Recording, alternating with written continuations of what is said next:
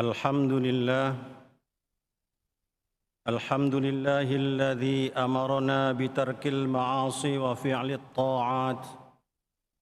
أشهد أن لا إله إلا الله وحده لا شريك له، وأشهد أن سيدنا محمدًا عبده ورسوله الداعي بقوله وفعله إلى الرشاد.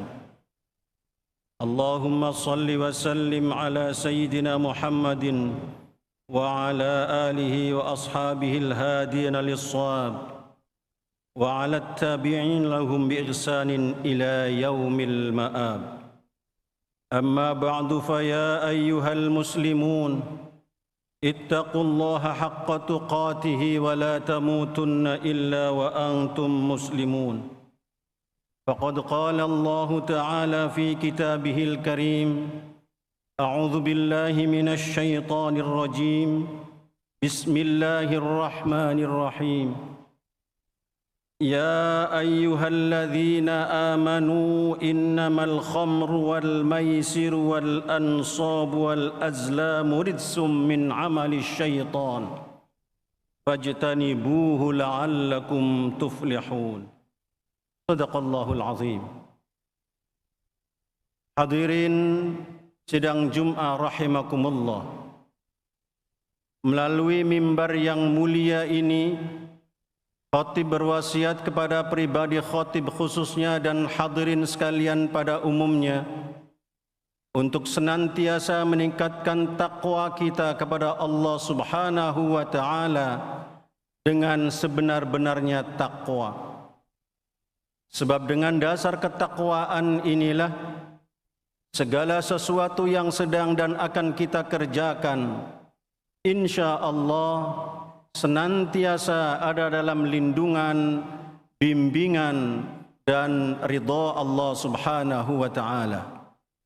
Mudah-mudahan kehadiran kita semua di Masjid Istiqlal ini dalam rangka melaksanakan salat Jum'ah senantiasa mendapatkan ridha dari Allah Subhanahu wa taala.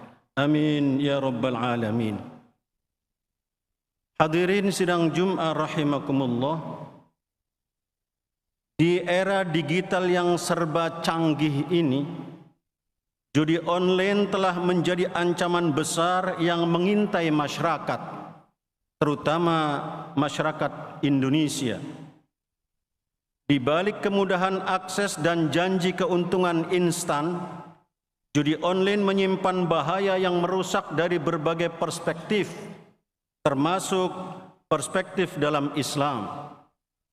Judi online benar-benar menjadi musuh dalam selimut yang menggerogoti fondasi moral, sosial, dan spiritual kita. Judi online yang sering kali dikemas dalam bentuk permainan yang menarik dan mudah diakses telah menjebak banyak orang tanpa sadar. Ketagihan judi online dapat menyebabkan kerugian finansial yang serius.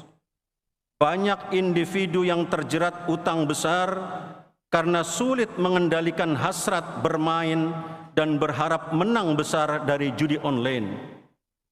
Hal ini seringkali akan diikuti oleh jiwa yang stres, kecemasan, dan depresi.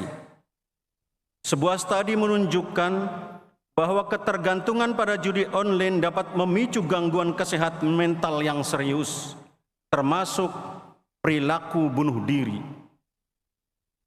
Timothy Wefong, seorang profesor klinis dari Universitas California, memaparkan bagaimana perjudian dapat mempengaruhi pikiran, tubuh, dan otak seseorang. Fong menjelaskan bahwa penderita kecanduan judi secara psikologis memandang perjudian sebagai jawaban atas permasalahannya. Ketika mereka sudah berada pada titik kecanduan, maka perjudian tidak lagi dipandang sebagai hiburan. Mereka ini memandang perjudian sebagai sarana untuk mengatasi kecemasan atau stres, atau sebagai sumber pendapatan utama. Dalam konteks ini, masih menurut Fong, judi online dapat mendatangkan hormon endorfin yang membuat pemainnya dapat merasa senang dan bahagia ketika berhasil memenangkan salah satu permainan judi online. Padahal kemenangan judi online itu sudah diatur oleh operator-operator judi online agar deposit dananya semakin besar. Ketika depositnya sudah besar, dipastikan pemain judi online akan kalah dan uangnya hilang.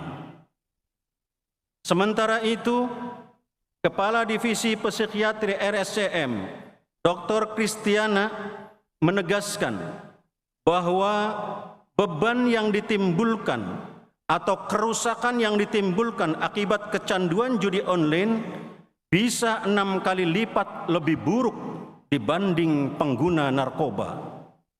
Tidak hanya berdampak pada individu, judi online juga membawa dampak negatif yang luas bagi masyarakat. Keluarga menjadi korban utamanya.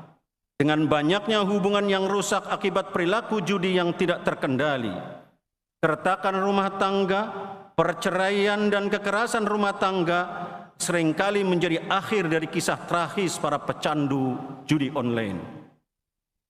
Dari segi ekonomi, judi online mengalirkan uang masyarakat ke luar negeri karena banyak situs judi online yang beroperasi di luar negeri untuk menghindari hukum domestik. Pemerintah yang diwakili oleh Menko Polkam, Bapak Budi Gunawan, Menteri Agama, Bapak Nasaruddin Umar, dan Menteri Komunikasi dan Digital, Ibu Mutia Hafid, merilis bahwa di tahun 2024 kerugian finansial akibat judi online mencapai angka 900 triliun dengan jumlah pemain 8.800.000 orang. 80.000 di antara pemain itu adalah anak-anak di bawah umur 10 tahun. Tragisnya menurut Menko Bidang Pemberdayaan Masyarakat, Bapak Muhaimin Iskandar, bahwa jumlah 900 triliun itu adalah uangnya masyarakat kecil di Indonesia yang hilang mengalir ke luar negeri melalui judi online. Hal ini mengakibatkan hilangnya potensi pendapatan yang bisa digunakan untuk pembangunan ekonomi secara nasional. Selain itu, biaya sosial yang harus ditanggung pemerintah untuk mengatasi dampak negatif judi online seperti layanan kesehatan mental dan rehabilitasi sangatlah besar. Islam tegas melarang segala bentuk perjudian termasuk judi online. Dalam surat Al-Maidah ayat 90 ditegaskan, A'udzu billahi minasyaitonir rajim. Ya ayyuhalladzina amanu innamal khamru wal maisiru wal ansab wal azlamu rijsum min amali syaitan fajtanibuhu la'allakum tuflihun. Wahai orang-orang yang beriman, sesungguhnya meminum khamr, berjudi, berkurban untuk berhala, dan mengundi nasib dengan anak panah adalah perbuatan keji termasuk perbuatan syaitan. Maka jauhilah perbuatan-perbuatan itu agar kamu beruntung. Hadirin rahimakumullah. Larangan Al-Quran ini jelas dan tegas karena didasarkan pada jelasnya dampak destruktif yang diakibatkan oleh judi terhadap individu dan masyarakat luas. Dampak negatif judi online dalam perspektif Islam antara lain menghancurkan nilai-nilai keluarga. Dalam Islam, keluarga adalah pilar utama masyarakat, bahkan pilar utama bangsa. Judi online seringkali menyebabkan keretakan rumah tangga, menguras keuangan keluarga, dan menimbulkan konflik antara anggota keluarga. Ketika seorang kepala keluarga terjerat judi, tanggung jawab dan perhatian terhadap keluarga sering terabaikan, yang berujung pada kehancuran hubungan dan keharmonisan keluarga dengan berakhir pada perceraian. Judi online juga dapat merusak kesehatan mental dan spiritual. Islam mengajarkan pentingnya menjaga keseimbangan ini. Ketergantungan pada judi online telah mengganggu keseimbangan antara kesehatan mental dan kesehatan spiritual dan berakibat menimbulkan stres, kecemasan, dan depresi. Pecandu judi online seringkali merasa tertekan dan putus asa yang menjauhkan jiwa mereka dari ketenangan batin dan ketakwaan kepada Allah Subhanahu wa taala. Kecanduan ini dapat menyebabkan hilangnya rasa tanggung jawab, rusaknya moral, dan hancurnya sendi-sendi akhlak yang mulia. Selain itu, kehilangan harta dengan cara yang haram. Islam menekankan pentingnya mencari nafkah dengan cara yang halal dan berkah. Judi online mendorong individu untuk mendapatkan uang dengan cara yang tidak sah, yang bertentangan dengan prinsip kejujuran dan kerja keras sebagaimana yang diajarkan dalam Islam. Kekayaan yang diperoleh melalui judi tidak hanya haram, tetapi juga membawa dampak negatif pada kehidupan spiritual dan moral seseorang. Tragisnya, kasus bunuh diri akibat terlilit hutang judi online sekarang ini semakin sering kita dengar. Salah satu contoh tragis di Jawa Tengah adalah kisah seorang pria beristri dan memiliki 2 anak kecil yang nekat mengakhiri hidupnya setelah terjerat hutang judi online. Pria tersebut yang awalnya hanya mencoba peruntungan, akhirnya kehilangan seluruh tabungannya dan terjerat hutang dalam jumlah besar. Putus asa dan malu untuk meminta bantuan, dia memilih jalan pintas dengan mengakhiri hidupnya melalui cara bunuh diri. Kisah ini menggambarkan betapa berbahayanya judi online dengan dampaknya yang sangat buruk merusak mental generasi bangsa. Dan ternyata kejadian tragis bunuh diri akibat kecanduan judi online ini tidak hanya di Jawa Tengah. Seorang pria di Ciputat bunuh diri karena judi online. Kasus polwan cantik bakar suami di Mojokerto karena kecanduan judi online. Prajurit TNI Angkatan Darat di Bogor tewas gantung diri karena terjerat judi online. Dokter TNI Angkatan Laut menembak dirinya sendiri karena utang judi online. Supir truk tewas gantung diri di tol Tangerang Merak karena terlilit judi online. Aparatur sipil negara gantung diri di Bau-Bau karena kalah judi online. Di Morowali, seorang pemuda 48 tahun tega membunuh ibu kandungnya sendiri karena kecanduan judi online.